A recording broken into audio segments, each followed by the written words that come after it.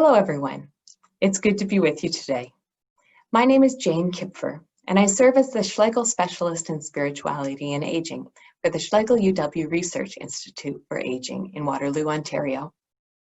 As we begin, I acknowledge that here we are on the traditional territory of the neutral Anishinaabe and Haudenosaunee peoples, and I invite you to acknowledge the land wherever you find yourself.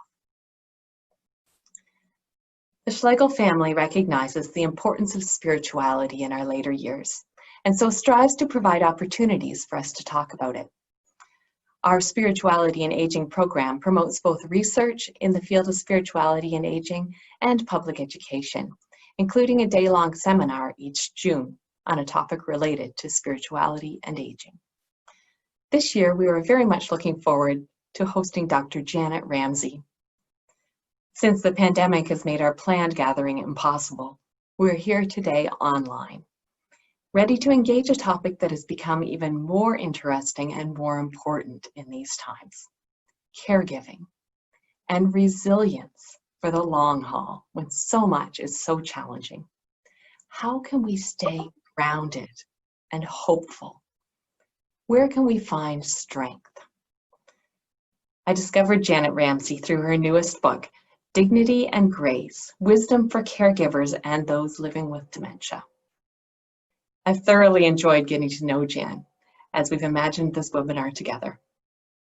Jan has grown into the person that she is today through many roles.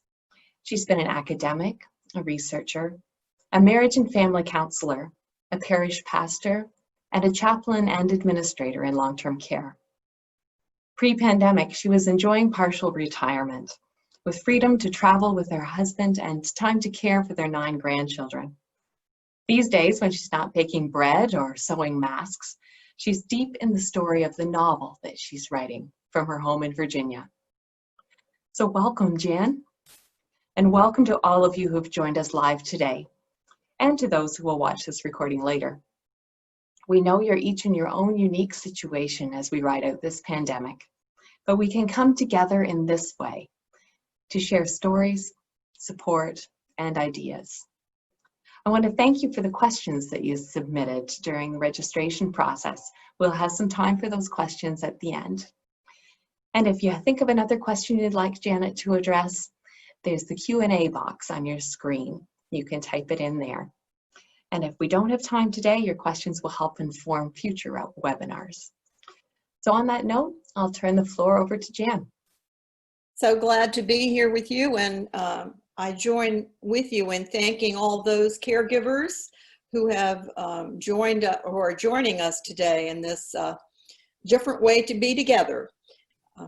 Sometimes I have been frustrated with technology in my life, but recently I've been grateful for it on many levels.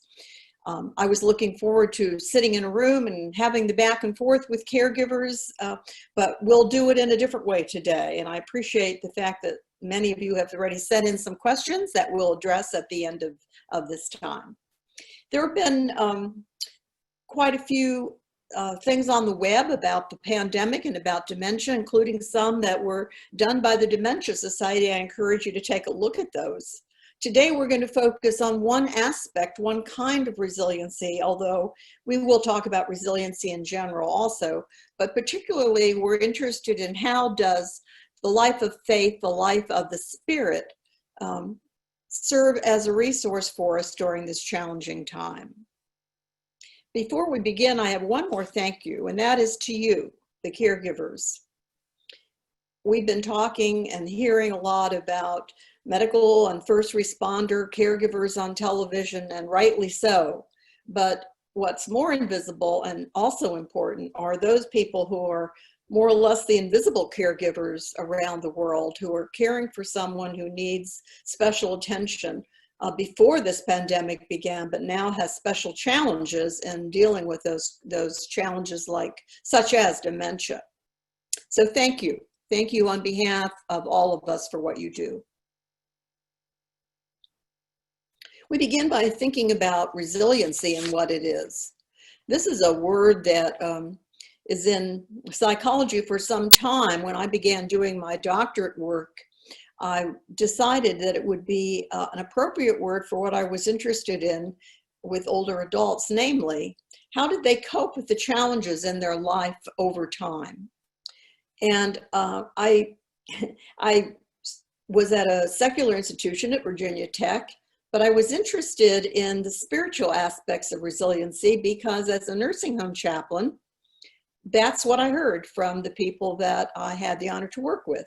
If I would go into their room and ask them, you know, how did you get through that rough patch in your life? They wouldn't talk about their economic situation or even their social situation many times. They would say, I couldn't have done it without the Lord. And it seemed to me that I should listen to that since I was hearing it so often. So I wanted to know, what does our spiritual life have to do with being strong and being resilient? Now, resiliency, most of you probably know, is not the same as coping. We cope with a particular situation that comes our way. But resiliency means that we can be strong over time, over the long haul, as Jane put it a few minutes ago. Resiliency includes resistance to problems that come. It means repair after some of those problems have hurt us, and recovery when it's all over. Those are all aspects that psychologists talk about with resiliency. In my early work, I used to picture resiliency as a tree, and when I would give a presentation, I would put out a slide of a particular tree and talk about how the storms had damaged that tree and how that tree was still standing. But as I listened to my own results more closely, I realized that I needed a forest, not just a tree. Because one of the first things I found about resiliency is that we are strong because of one another, because we are part of a community. And that's one of the things you'll hear me talking about quite a bit today. That picture there is of the Iguazu waterfall in Brazil, just in case you're curious. So when you put the word spiritual in front of the word resiliency, lots of things happen, and I think always all for the best. What we're talking about now is not just recovery and resistance and repair, not just bouncing back to where we started, but really being transformed by our suffering, really being not just stronger, but different people as a result. If you are, like myself, interested in reading biographies, you will agree with me that people that we often think of as very heroic and important for us in our culture and in our history have all gone through hard times. And they've done that because they were resilient over time. Well, the other thing I like about the word spiritual resiliency is it points me not so much to wondering about were there special characteristics of people who make them strong, or was there something else going on? And I decided it was the stories that people tell. Now, I must admit that this is in part because I'm a narrative therapist and I tend to think in narrative terms. But also, I think thinking about resiliency in terms of stories is much more helpful than trying to figure out who's strong, who's not strong, because we're all a mixture of all those things. So today I'm going to wonder with you about some of the things that make our story strong. How is it that we talk to ourselves in ways that are helpful or not helpful? Well, I'm going to begin by talking about the stories of people giving care to people who have been diagnosed with dementia. And I have to tell you a little bit about my particular point of view about dementia care. In the book that I recently wrote about spirituality and dementia, I interviewed some caregivers, and I decided that those who were having a better time of it and feeling stronger were those who visualized their relationship with their care recipient as a care partnership, rather than caring for someone as an object. And I talk about that a lot in the book because it seems to me that we need to break out, be more respectful to the person who shares this journey with us, but also visualize ourselves in a more humble way. One of the women I interviewed talked about it as getting on a train with your partner and taking that dementia journey.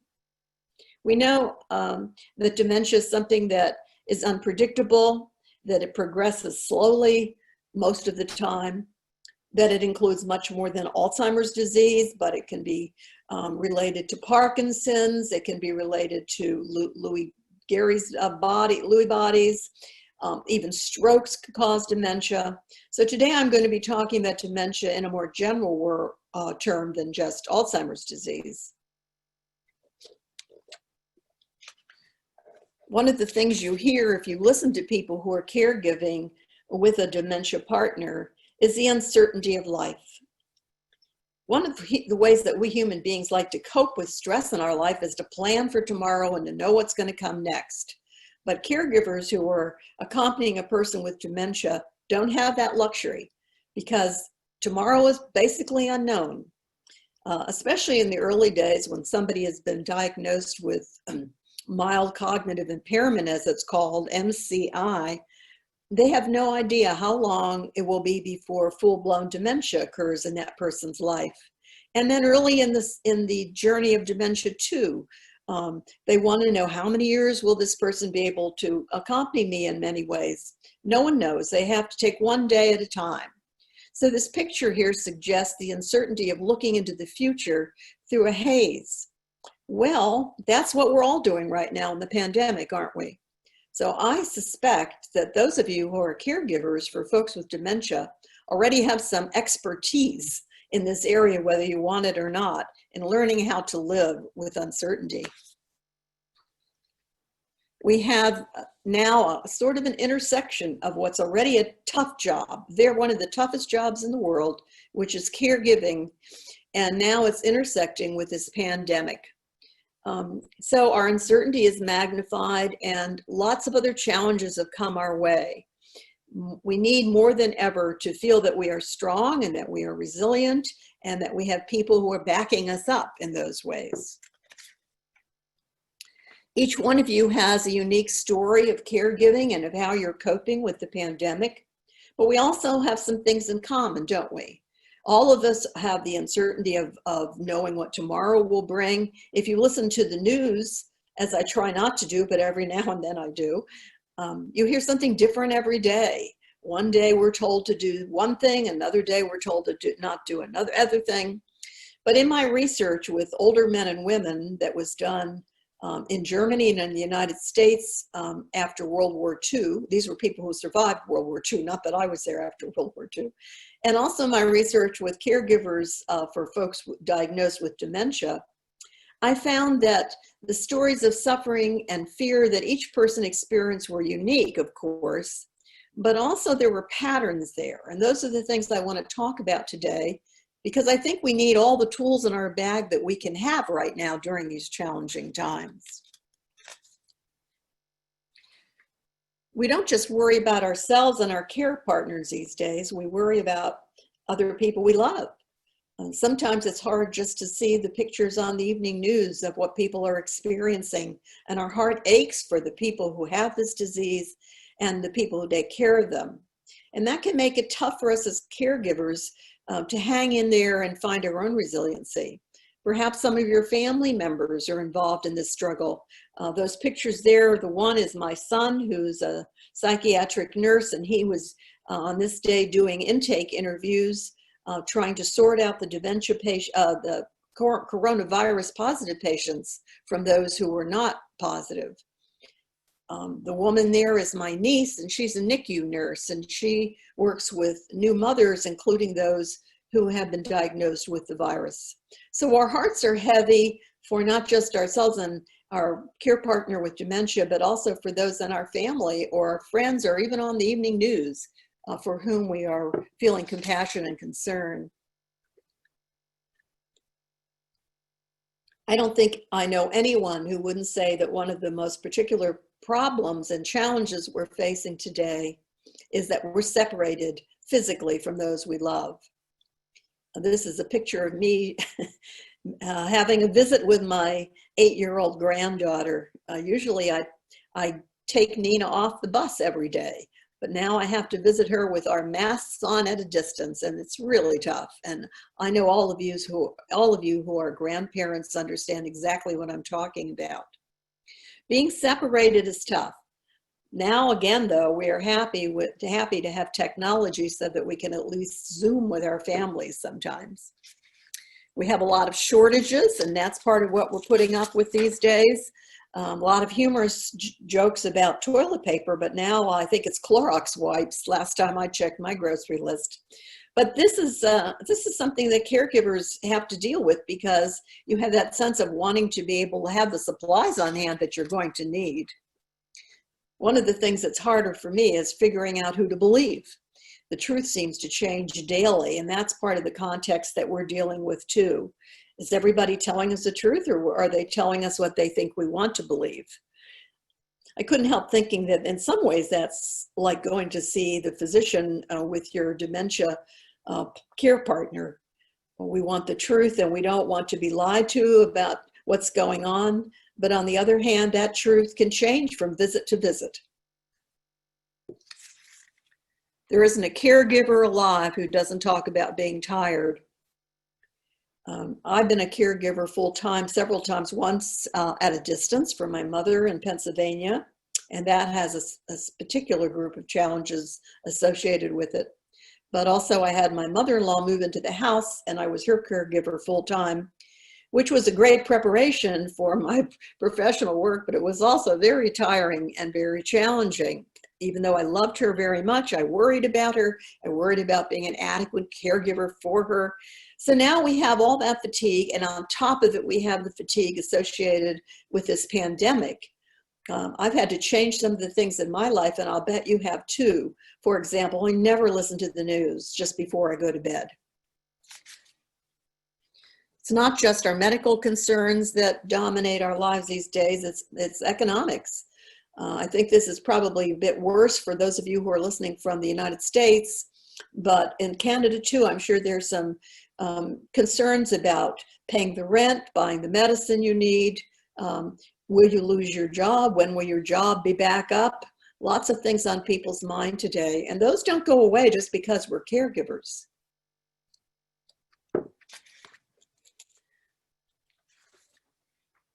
So now we're going to move into talking about the spiritual resources that are available to us during this context. I was amused and interested to notice an article recently that said that this is the most popular emoji right now, these praying hands. Now, some people might say it just means please, but to a Lutheran pastor, it means prayer. And I'm thinking it points to an appetite for the spiritual that we have right now, something beyond ourselves. So let's take a look now at the characteristics, not so much of just spiritually resilient people, but of their stories and also of their disciplined activities. Everybody's different, but as we practice caregiving, it's helpful to know what are some of the things that other people have done who have been strong and who've gotten through. I think the reason I ended up studying older women and men was I wanted to know what I could do about my own aging. And how I can prepare for it by listening to their stories. Well, the first thing I learned in listening, and this is true also as my work as a therapist, is that spiritually resilient stories are very complicated. They're complex and they're complicated. People, human beings, are such a mystery, aren't they? You're a mystery, I'm a mystery. And we have a tendency to tell our story sometimes in simplistic ways, as though we're always the hero or we're always the victim. Narrative counselors would point out that that's not particularly helpful, that as we become older and wiser and more mature, we're able to see the complexities in our own life and in our own stories and accept those things. It helps us to be flexible and it helps us to be resilient.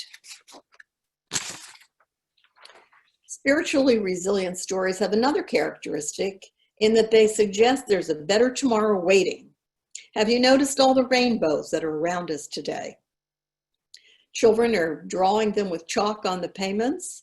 People are putting up rainbow art of all kinds and even wearing rainbow jewelry. All because we want a better tomorrow. But as a biblical scholar, I couldn't help thinking that the first person to be socially distant in light of crisis was Noah.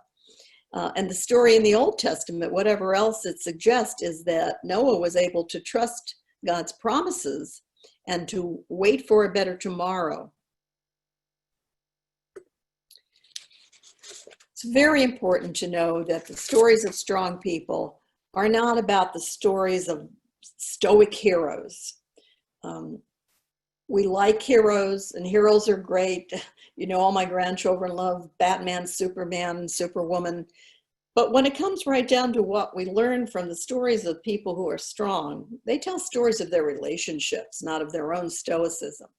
They talk about what we call in Christianity the community of saints, or what we talk about in secular terms, all of human history and human community. That's where the strength is really based.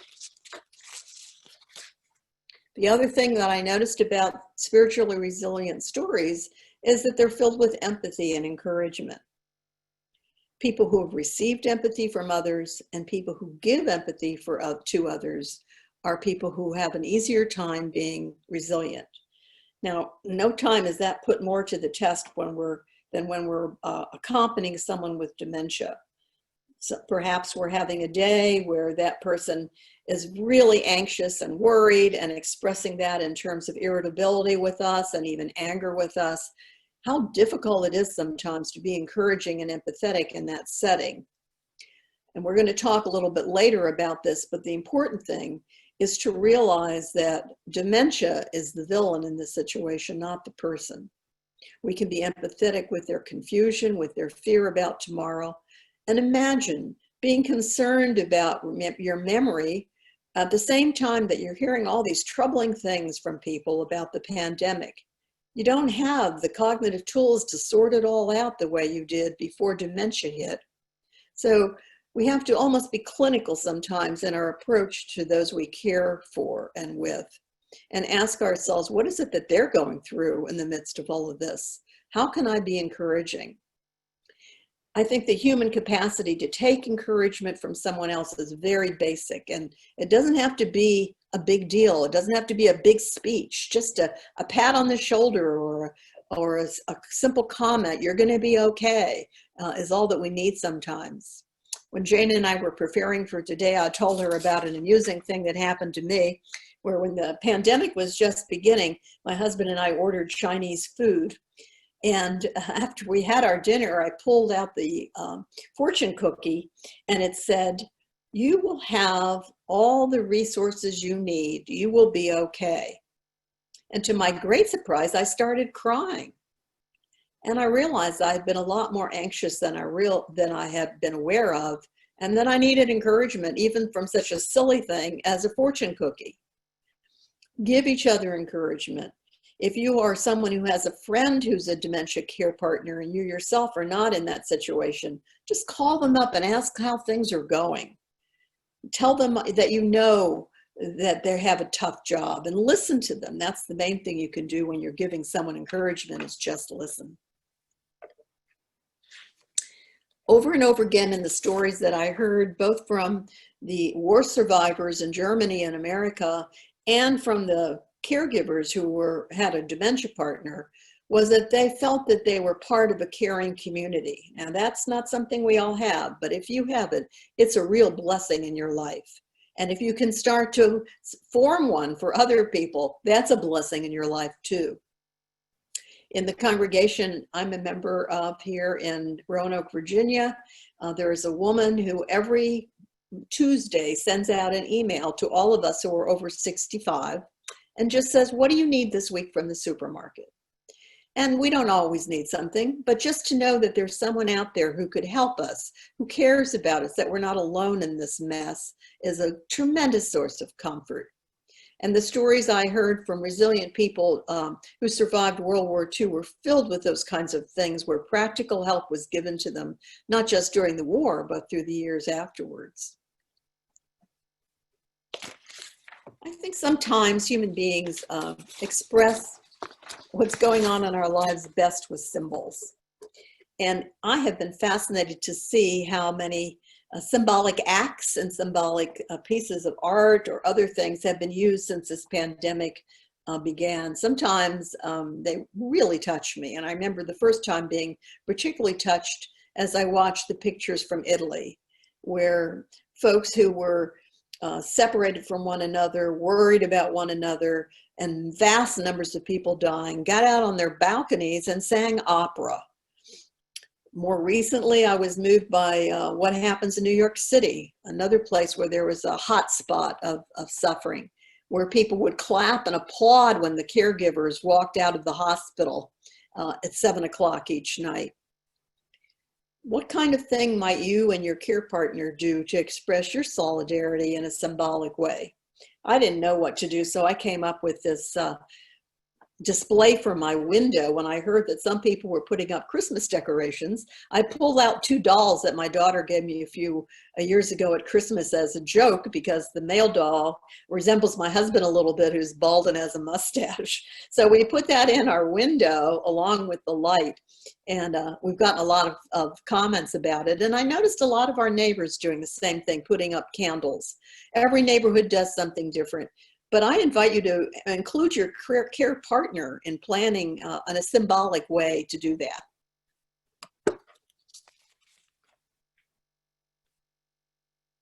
A lot of the people that I have met who are caregivers are pretty hard on themselves. Is that true of you? Maybe it is. You think that you should always be strong. You think you should always be calm. You think you should always be joyful and patient. Not possible. And I think self-forgiveness and self-acknowledgement starts with recognizing that our stories have some times of anxiety and other times of confidence. There's joy in our lives and sorrow in our life. There are times when we want to be with other people, times when we just like to be alone. This messiness, this kind of balance, is part of being a human being, and it's part of the story of spiritually resilient people. So don't think to yourself, well, I'm not spiritually resilient, because if you heard my story, you'd never see me that way. Not at all. One of the things I heard in stories too that's so important is the ability to grieve. Who wants to do that, right? Nobody wants to grieve. And a lot of times I know as a therapist, I would be having people come to see me for counseling because they couldn't grieve and they were now sick in some way, emotionally or physically. It's tough work. And I think calling grief a work. Well, now we're all grieving something, aren't we? Not all of us have lost someone from this disease, but we've all lost something. Had the great privilege to see Michelangelo's Pietà last year when I was in Florence. And I'm always struck when I see pictures of that statue, and certainly when I was there in person, with the power of representing grief in that way, where Mary is holding her child and he's so broken and she doesn't need a word to let us know how moved she is. But grief can be something right now that we have very mundane things about. Maybe you grieve not being able to go to your coffee shop because that was important to you and that helped you get through the day. Or you just grieve being able to go and give a hug to your favorite neighbor or someone. My grandnephew wrote this note, and I included that because I think it's good to remember in our extended families that children grieve too. And he said, I am feeling sad today because I miss my school. So I think one of the things you might do is sit down with your care partner if he or she is capable of it, or just by yourself, or on the phone with a friend, and list the things you're missing right now. List the things you're grieving. It's not a morbid exercise because it'll help you to take that stuff out of your body and put it out there and say, yeah, that's part of the reason I'm feeling like this. Spiritually resilient people tell stories of gratitude.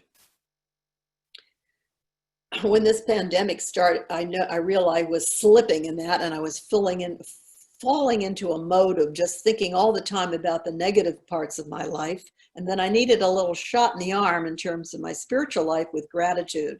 So I started each day, and I still do, by simply saying, this is the day the Lord has made. Let us rejoice and be glad in it. And then I try to take to God and share with God the things that I am so grateful for in my life. And there's such a long list of those. By the time I'm listing all the things I'm grateful for, I'm thinking, wow, I don't really have it so bad. I can get through this day, and I have God here sharing it with me. Do that. Once again, sit down with your care partner or do it yourself and make a list of the things that you are grateful for, and then take them to God and thank God for them. People who tell spiritually resilient stories are also very humble. Now, that doesn't mean, as sometimes I think people, especially in the Christian religion, think that means you should beat up on yourself and talk about how terrible you are.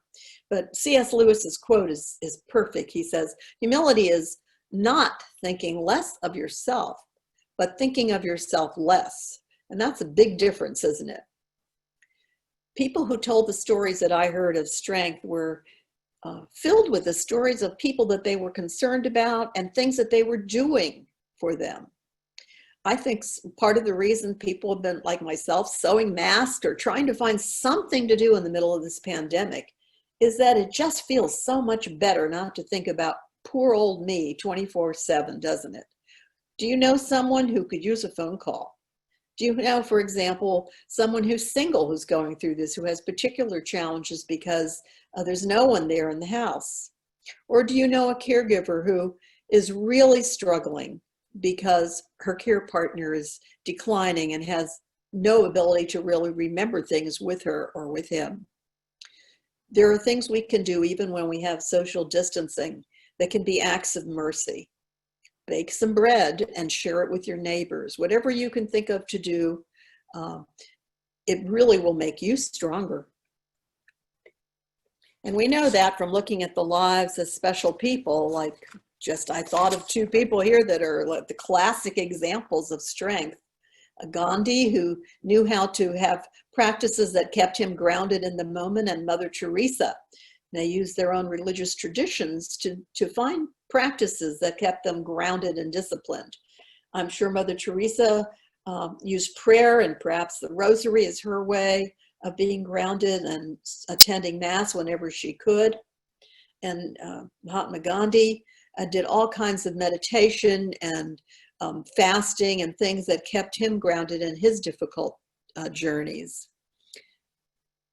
Psychologists call it positive emotions, the way we feel when we have been grounded by practices that keep us aware of our connection with the divine.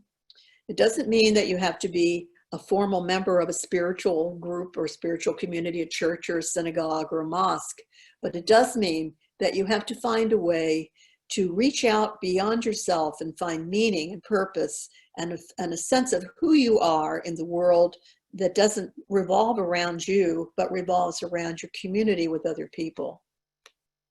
I had a pastor one time that said, if you go through life with a calculating attitude, you will always feel cheated.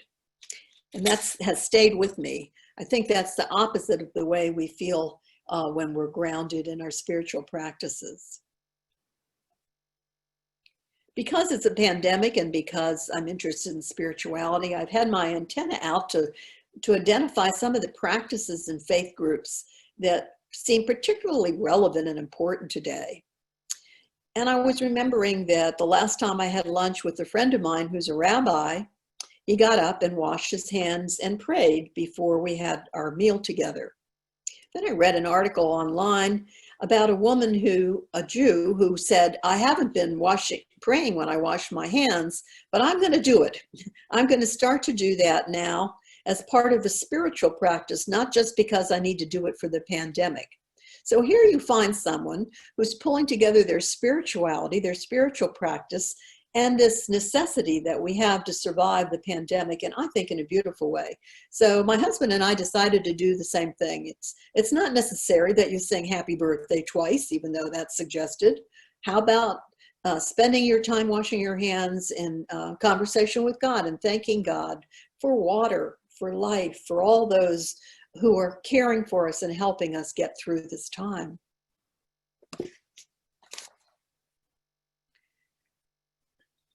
I've got a pretty good sense of humor, and laughing is what gets me through on more days than not.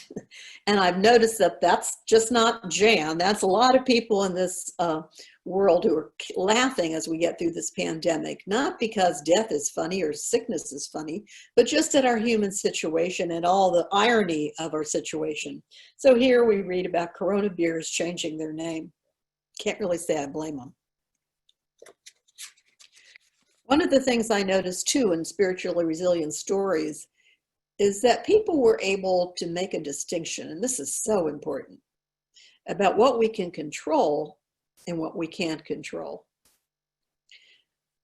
Right now, I would love to have a remote like that and just fast forward through whatever time it's going to take to get to the end of this. In some ways, I'd like to do that because it's hard for me to admit there are things I can't control. And I'm sure you're like that too, to some extent.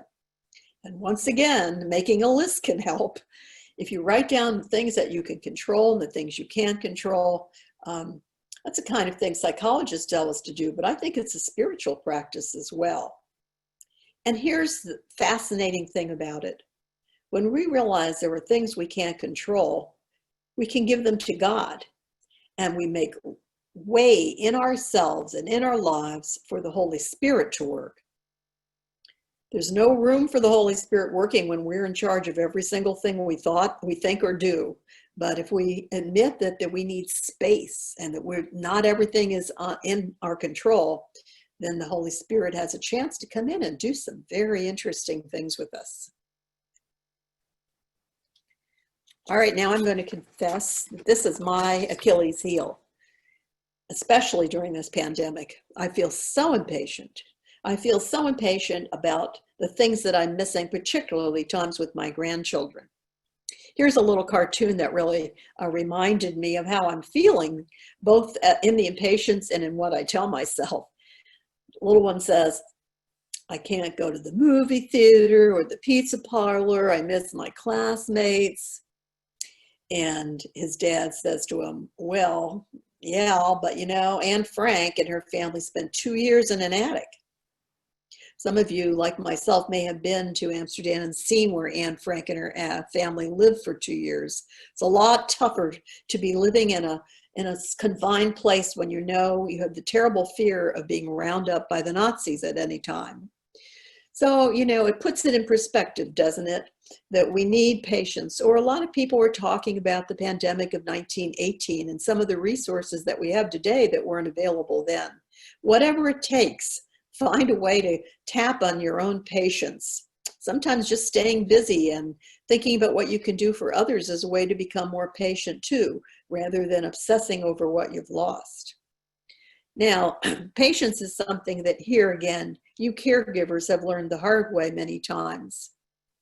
When you're living with someone who has asked you 5 times in 5 minutes where he's put his car keys, then you know what it is to try to come up with patience. Or when you know that not just the care partner, but you yourself have done things that you're just embarrassed and ashamed that you've done over and over again, you may feel a lack of patience with yourself. So patience is a real challenge. The people that I met who were caregiving and who were surviving rough times like the wars had developed it, but not overnight. It was something that it took them years to arrive at.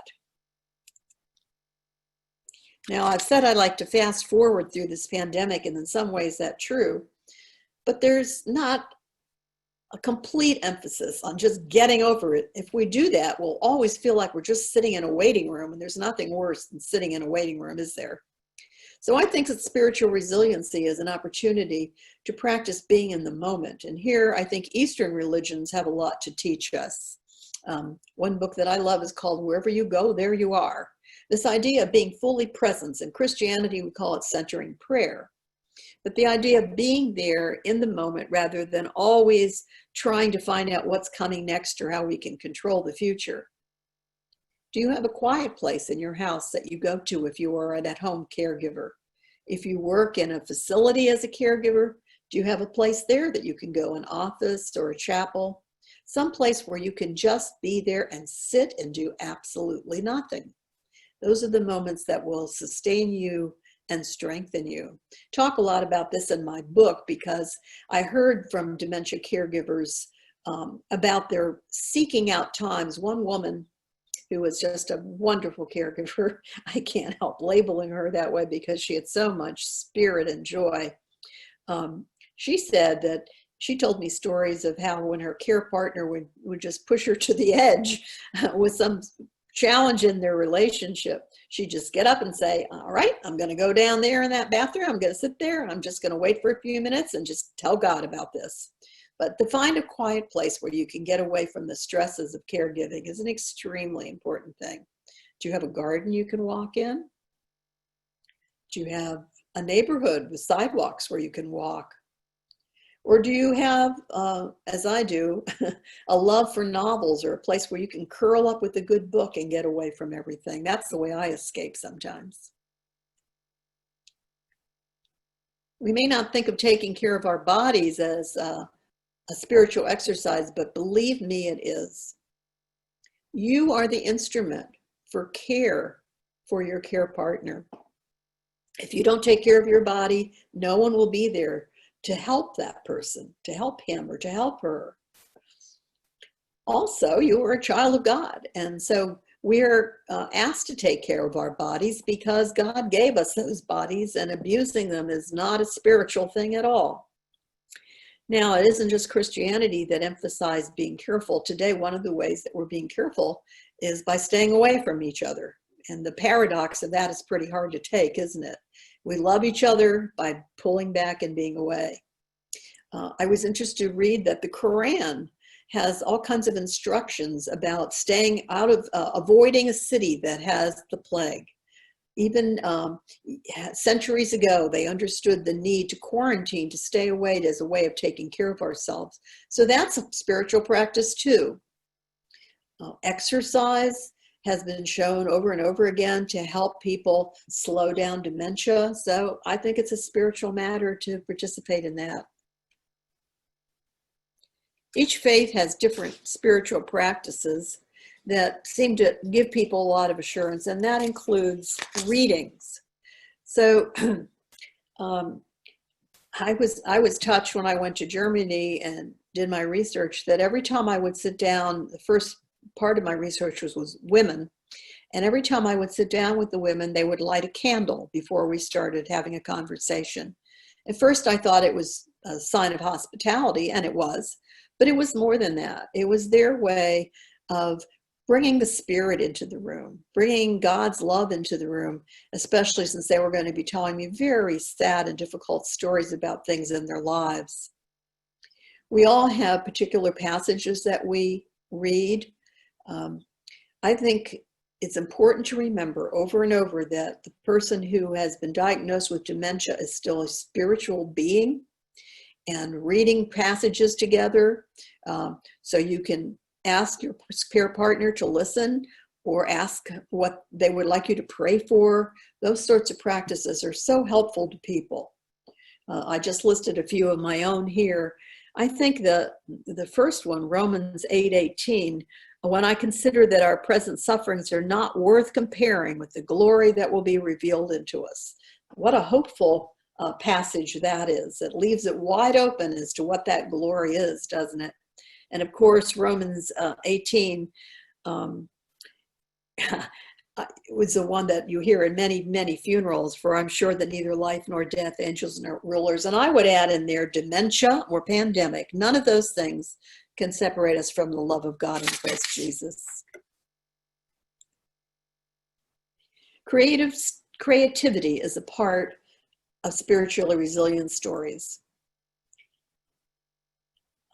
I've collaborated with a gerontologist, Susan McFadden, at some times, and we have been interested in how creativity is helpful, especially in dementia, but also in just our lives as aging human beings, not just as a way of self-expression, but as a way of tapping into what we call the numinous, the other aspect of life that's invisible and powerful, and that helps us to be more than we are, helps us to realize who we are and what our gifts are, but also what we're part of.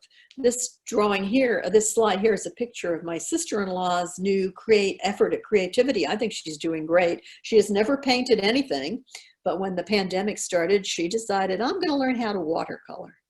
So creativity might be a visual thing like that, or it might just be trying a new recipe, or redecorating a little corner of your room, or whatever you like to do to make you feel creative. Certainly writing is one for me. One of the most fascinating, and this is sort of a return to the first slide about complexity, but one of the most fascinating things to me about spiritual resiliency is how paradoxical and ambiguous and just plain contradictory a lot of it is. It's like seeing a sign like that, and I've been feeling lately like the pandemic information has been somewhat like that. But can you tolerate not having everything neatly tied up in your life? Can you say some days I want to do this, and other days I realize that's not at all what I need? Can you say I'm broken and I'm strong? Can you say I'm rich and I'm poor? That's why Jesus talked a lot. So if you're a Christian, you already are acquainted with those kinds of things. Dead yet alive, many yet few, sorrowful yet always rejoicing. That's part of the tradition of a lot of religious groups. And I think it's a sign of Christian maturity, not to try to tie everything up neatly. So if you find yourself doing a kind of life review while you're caregiving these days, don't be so surprised if one day you feel like, wow, that was the greatest thing that ever happened to me when I made that decision. And the next day you think, not at all, I've just totally messed that up. Because that's the way our lives are. They're very messy and complicated and even paradoxical. That's the way our caregiving is as well. Sometimes we feel like the heroine, like Florence Nightingale, who's really there for someone and the very wise person. The next day we think, what is going on with me? I have no patience. I'm so tired of this. I just want to run. As one woman told me, I just want to get in the car and drive. That's all part of how we are as people. Of all the characteristics of spiritual resilience stories, I think to me the most important thing is hope. And I was so struck with the hope that was in the story of dementia caregivers that I decided it needed a special name. And I decided to call it Tough Hope, just based on the same kind of thing that happened with love, when people were saying, well, love is so confusing and so sentimental and smolchy. Let's call it tough love. Why not tough love? Why not tough hope? Tough hope means that you may not know what tomorrow holds. You may be in a lot of pain right now. You may be depressed right now, but you're hanging on because you believe that the promises of God are great. And those promises aren't just for what will happen after death, but they're the promises that God will break into our day in surprising ways. In Christianity, we call it kairos, where something happens that just surprises you completely. Maybe it's just the sight of a beautiful bird outside the window or a call from a friend, and suddenly you realize that God did something to give you hope. So I think here again, it makes a difference, not just if we're strong, but if we're spiritually strong. And for that, we need one another. It's hard these days not to be able to be together in our worship communities for those of us who have traditional religious groups that we rely on. So part of what we need to do is find ways to be together and to give each other hope with technology or phone calls. We've tried a Zoom call for my Bible study group at church. It's a little confusing, but it's okay because we check in on each other and we give each other hope. So for those of you who will be facing more days to come of caregiving, I hope that God's hope will be with you and that you will find ways to be spiritually resilient in all the days of your life. Thank you again for this opportunity to share this time with you. Jane? Yes, thank you so much, Jan. We have time for a few questions, and I have several questions here from the registration process that people have contributed. So Jan, just to let you know, timing, we've got about 7 minutes or so. Oh, okay. to look It's at actually long. questions. So we'll see how far we get. And as I said earlier, maybe some of the questions that are left over might inform future webinar topics as well. Can I just break in for a second too? I'm preparing a resource list to be emailed to people, and that will include not just my own book, although I must say that some of the things that I talked about today are addressed in much more depth in the book, Dignity and Grace, but also lots of resources online and articles and books by other people that I'm thinking might be helpful to you. So if we don't get to your question, or if my ability to talk about your question is dissatisfying to you, I'd encourage you to get online and see what you can find, and to read the resource list that we'll send out within the next couple of days. Thanks, Jane. Yes, for sure. So we had several different kinds of questions from people in different situations. We have some general questions, some from care partners, some from those working in long-term care and retirement homes, from family and friends, from clergy who are navigating how to support people during this pandemic. A couple of general questions to start. What happens to a person spiritually as a result of dementia? And first question then related to our current circumstances, are those who have dementia thrust deeper into the disease due to lack of family or familiar contact because of physical distancing and isolation? Words for those?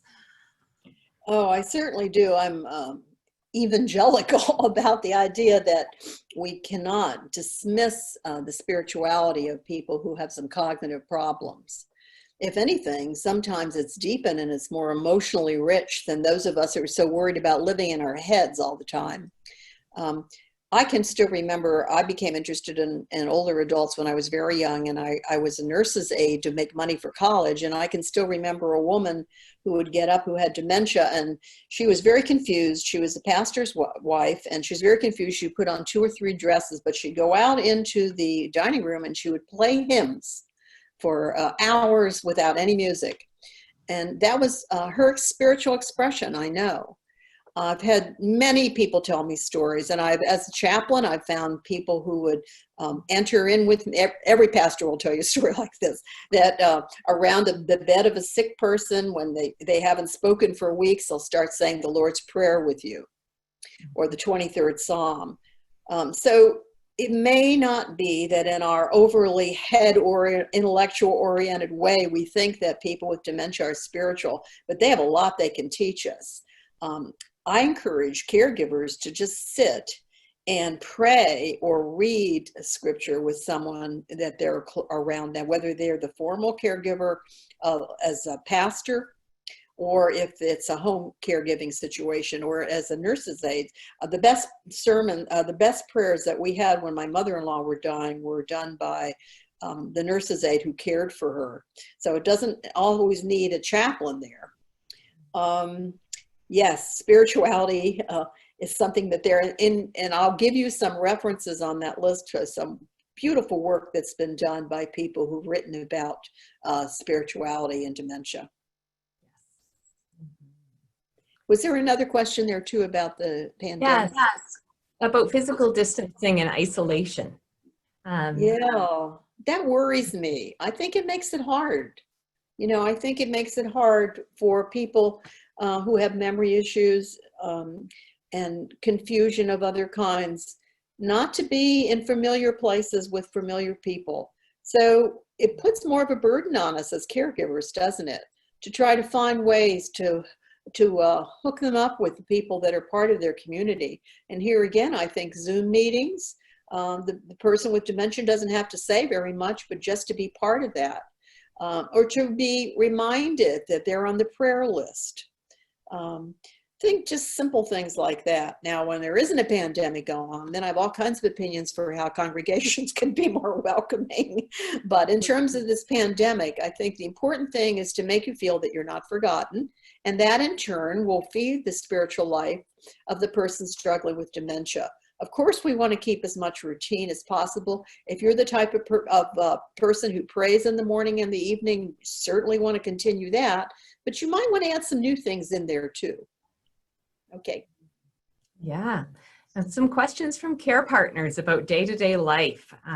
You've addressed in your presentation already some things about avoiding burnout and how spirituality can help us, how it can change the way that you care for your loved one. There's some specific questions about how can I keep my partner engaged and willing to do things rather than just sit? Or how can I talk to my 92-year-old mother who's stuck in the past? How can I lovingly deal with being the target of anger, frustration, sometimes even paranoia? Woo! Anybody want to jump in on that? I need an hour for each one of those. That's good. I wish we had another hour.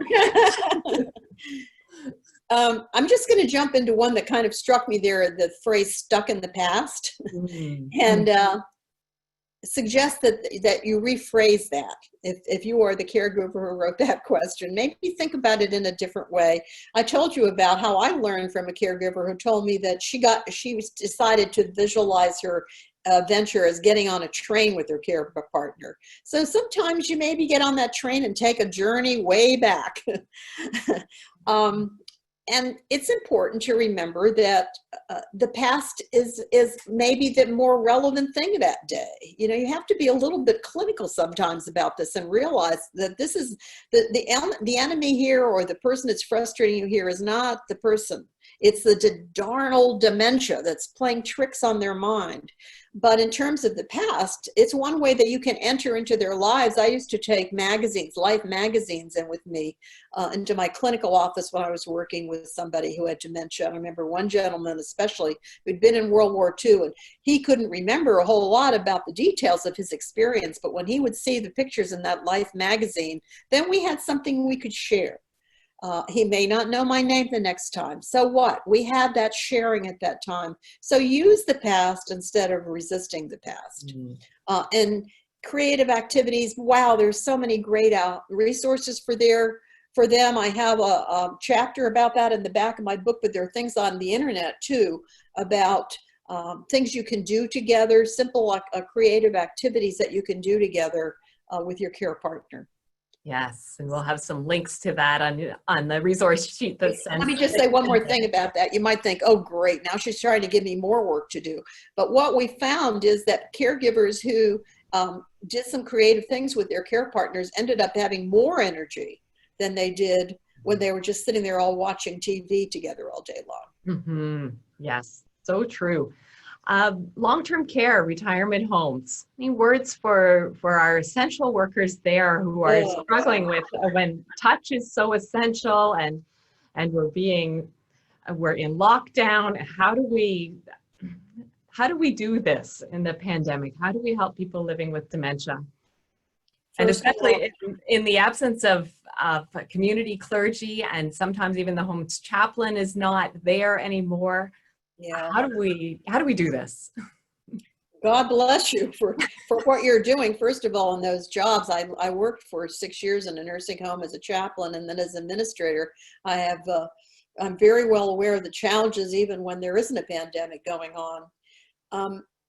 You need, first of all, to realize that what you're doing is a vocation.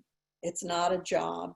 It's a vocation. You are called to be many things to those people right now, and don't hesitate to pray with someone who wants you to pray with them, to just sit quietly with someone who's confused. I've heard stories from some of the first responders who said that when they were so sad that family members couldn't be with dying people, but they realized that they heard later from people, it was enough to see your face there. So we can be representatives of families and of pastors to people, and chaplains and rabbis, and to people when they can't be there present. It's those poignant pictures of people, holding on to the window pane. I think we're all having a hard time thinking about long-term care right now. I know I certainly am. But take care of yourselves, because it's tough for you right now. You have to be family members, spiritual leaders, and practical caregivers. Yes, thank you so much, Jen. We are coming to the end of our time.